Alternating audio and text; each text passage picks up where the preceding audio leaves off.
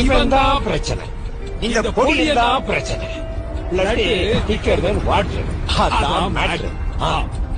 Emotion. பாசம்.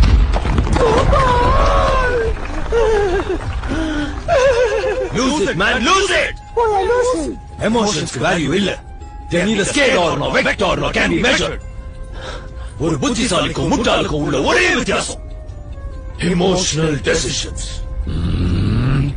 யோவாதி, நீ பக்கமா ஹஸ்கி வாய்ஸ்ல பேசினாலும் சரி, ஆசிகாசிமா பேசினாலும் சரி, இந்த மறுபடியும் ஒண்ணு ஏறாது. ஆரம்பிச்சாண்டா.